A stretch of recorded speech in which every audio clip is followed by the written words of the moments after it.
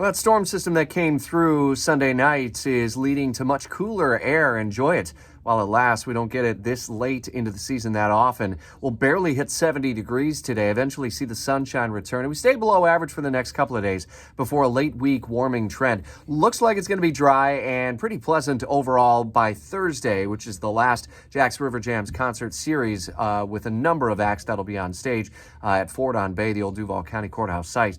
The other big story this weekend is going to be the opening of the beaches with a series of festivities, of course, culminating with parade on Sunday. And it's also the debut of the FSCJ Artist Series Frozen the Musical this weekend. Head to our Spotlight story at WOKV.com for a full rundown.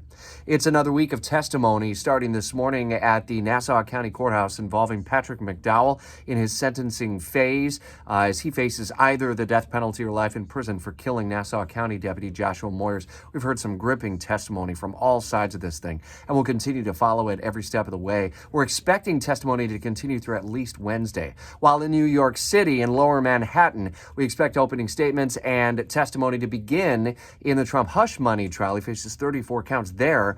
We are on top of every angle of that story. You can follow along with breaking news alerts and continuing team coverage at WOKV.com.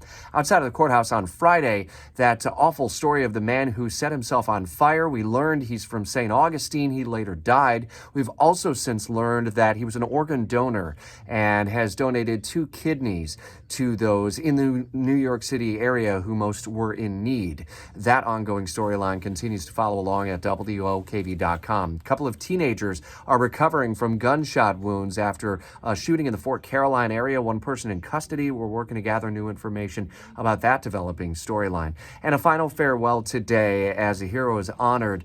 Heath O'Shea, a Jacksonville firefighter for some 20 years, being laid to rest later today. We're updating that storyline throughout the morning. Be listening to Jacksonville's Morning News live and local coverage of these and other stories until 10 a.m. 2 chances to win $1,000 in the payroll payout keyword and 5 chances every day this week to win. Be listening at 8 a.m., 10 a.m., noon, 2 and 5 to 104.5 WOKV.